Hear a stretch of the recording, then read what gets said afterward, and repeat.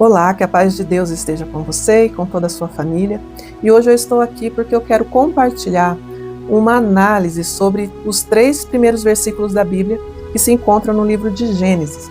Neles nós temos relatos sobre o princípio da criação dos céus e da terra. Esse processo mostra toda a beleza, todo o milagre que é a vida, com um toque de mistério também, como, por exemplo, uma luz que surgiu na Terra antes que houvesse sol, que houvessem estrelas. E você sabe que luz era essa?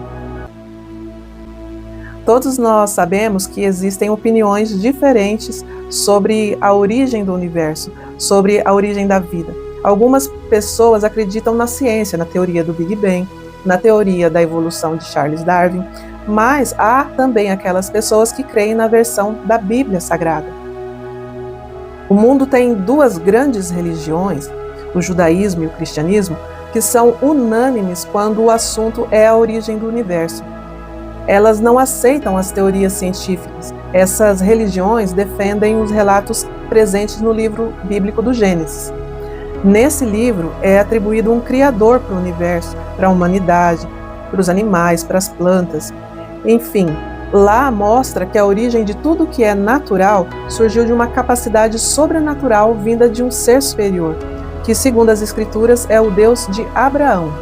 Abraão foi um dos homens mais importantes no contexto bíblico. Ele é citado por várias vezes, tanto no Antigo quanto no Novo Testamento, e ele recebeu o título de amigo de Deus. Ele foi um grande exemplo de fé e de obediência. Abraão é o patriarca dos povos semitas, os povos do Oriente Médio, que são os judeus e os árabes também. Porém, se você não é da descendência de Abraão através da genética, do sangue, mas se você crê em Jesus, que é um legítimo descendente de Abraão, então, pela fé, Abraão é seu patriarca também. E o apóstolo Paulo é quem respalda esse entendimento na carta que ele escreveu aos Gálatas, no capítulo 3, verso 29. Quando ele diz que, agora que pertencemos a Cristo, somos verdadeiros filhos de Abraão, herdeiros dele segundo a promessa de Deus, que disse a Abraão que ele seria pai de multidões, pai de uma incontável descendência, assim como são incontáveis as estrelas do céu e as areias do mar. Tanto judeus quanto cristãos confessam o Deus de Abraão como o Deus verdadeiro, confessam que Deus é espírito, que Deus é onipotente, onipresente e onisciente, que ele está em todos os lugares, ele contempla os céus e a terra, ele sabe de todas as coisas e ele tem todo o poder. E Deus, além de se revelar ao próprio Abraão, já tinha se manifestado antes a alguns dos antepassados dele, como Adão, Noé, Enoque. Esses homens falaram com Deus, ouviram a voz de Deus. Deus também se manifestou a alguns dos descendentes de Abraão, como Isaac, Jacó, José do Egito. E assim, de geração em geração, o nome de Deus e as suas palavras e as suas realizações eram contadas de pai para filho, até que surge Moisés, um descendente de Abraão também. Então Deus inspira Moisés a escrever o livro de Gênesis, o primeiro livro da Bíblia, o primeiro registro. E nos 3 primeiros versículos de Gênesis está escrito assim: no versículo número 1, no princípio, Deus criou os céus e a terra. No versículo 2, parte 1, nós lemos assim: e a terra era sem forma e vazia. Ou seja, a terra não tinha uma forma específica, ela era vazia, ela era um local ermo, um lugar inabitado. E continuando na parte 2 do versículo 2 de Gênesis, nós lemos assim: e havia trevas sobre a face do abismo. Que abismo de trevas era esse? Esse abismo é a distância entre a morada de Deus no céu e a terra recém-criada. Porque pela perspectiva de Deus que está no céu, levando em conta que o céu está acima da terra, então do céu, da morada do Criador, até chegar na terra, existe uma descida gigantesca, imensurável, inimaginável. Por isso o uso do termo abismo. E a Bíblia diz que haviam trevas sobre a face desse abismo. E perceba outra coisa, até o ponto que nós estamos comentando, era o princípio da criação, e havia uma escuridão total envolvendo não somente o espaço, chamado de abismo, mas a terra toda estava em trevas. E na terceira e última parte do versículo 2 de Gênesis está escrito assim: e o Espírito de Deus se movia sobre a face das águas. Mas que águas eram essas? A terra era envolvida por trevas, era sem forma e vazia. Deus havia criado somente céus e terra, mas surgiu um novo elemento agora, que não tinha sido mencionado antes, que é a água. E de onde veio essa água? Não está escrito, no princípio Deus criou a água. Então existe um mistério grande envolvendo essa água. Mas a Bíblia levanta questões na nossa mente que a própria Bíblia explica mais adiante. Então agora, para encontrarmos respostas sobre a água, nós temos que caminhar do Antigo para o Novo Testamento. Temos que partir do primeiro livro da Bíblia para o último, que é o Apocalipse, escrito por João, o apóstolo de Jesus. Apocalipse é uma palavra grega que significa revelação.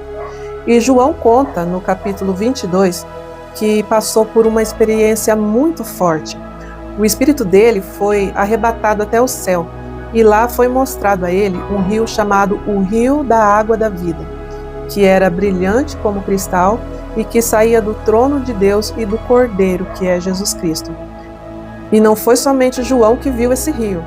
Essas mesmas águas foram mencionadas há muitos anos antes, através do autor do Salmo 46, que disse assim: há um rio cujas correntes alegram a cidade de Deus, o santuário das moradas do Altíssimo. Deus está no meio dela. Então vejam, voltando ao princípio da criação dos céus e da terra, o Espírito de Deus se movia sobre a face das águas. E não seria razoável a gente crer que as águas, ou parte dessas águas que fluem do trono de Deus, foram direcionadas, foram derramadas sobre a terra recém-criada? E o Espírito de Deus estava pairando sobre essas águas, movendo-se sobre elas, porque se tratava daquelas águas cristalinas que João viu e chamou de Rio da Água da Vida. Essas águas, no princípio do mundo, não seriam águas santas, águas divinas, águas da vida, a essência da vida, que vieram até a terra para formar os seres vivos e povoar a terra que estava vazia até então? E avançando para o versículo 3 de Gênesis, está escrito assim: e disse Deus, haja luz, e houve luz. E novamente nós nos deparamos com outro mistério. Não seria uma luz sobrenatural? Porque o sol e as estrelas não existiam ainda para iluminar. Os corpos celestes que produzem luz foram criados posteriormente, no quarto dia da criação de Deus. Então, como Deus disse haja luz e de fato houve luz? Só relembrando que antes de haver essa luz no mundo, a Bíblia diz que Deus criou os céus e a terra e simplesmente criou, sem o uso da palavra. Ele não disse haja céu e haja terra. Deus criou em silêncio, sem pronunciar nenhum verbo. Mas com relação à luz foi diferente. Aí ele utilizou palavras, ele verbalizou para que a luz fosse enviada ao mundo. Deus fez uso do verbo, da palavra de ordem. Ele disse, haja luz, e realmente houve luz na terra e nas águas onde o Espírito de Deus se movia. E é exatamente nesse ponto que está a grande revelação. Essa frase e esse som que saiu da boca de Deus, expressando todo o seu desejo de dissipar as trevas do mundo, era Jesus. Jesus foi a palavra viva, a palavra realizada, proclamada. Haja luz, e de fato houve luz. Jesus era o verbo de Deus e era a luz ao mesmo tempo. Haja luz é o momento em que Jesus se manifesta pela primeira vez nas Escrituras, mas de modo enigmático. E esse mistério foi revelado ao apóstolo João, que, além do Apocalipse, também escreveu o Evangelho de João.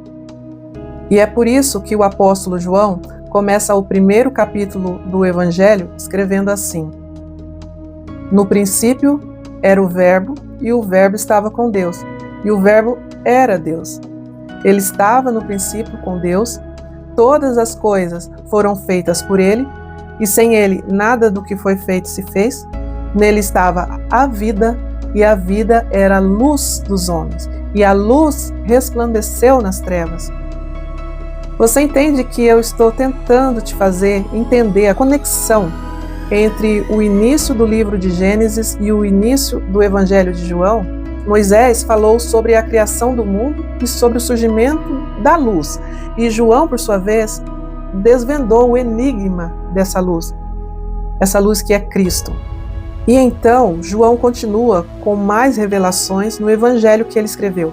Ele disse: ali estava a luz verdadeira, que ilumina todo o homem que vem ao mundo. Jesus veio ao mundo primeiramente em forma de palavra, em forma de verbo, em forma de luz, para criar os seres vivos e principalmente a raça humana. Deus disse: façamos o homem nossa imagem e semelhança. Deus não estava sozinho nesse dia, por isso ele disse: façamos, um verbo no plural. Deus não disse: faça o homem segundo a minha imagem e minha semelhança, porque Jesus e o Espírito Santo estavam junto com Deus. O Espírito Santo estava na água e Jesus estava na luz. E a ciência já admite que no momento que o óvulo é fecundado, uma luz é emitida e depois o embrião, o feto, vai se desenvolvendo no líquido amniótico, na água. E isso é tão maravilhoso porque, de novo, nós vemos o padrão divino da criação, a água e a luz produzindo vida. Jesus, a luz do mundo e o Verbo de Deus, se fez carne e habitou entre nós, cheio de graça e de verdade. Veio para os que eram seus, e os seus não o receberam. Mas todos quanto o receberam, deu-lhes o poder de serem feitos filhos de Deus. Jesus disse: eu sou a luz do mundo. Quem me segue nunca andará em trevas, mas terá a luz da vida.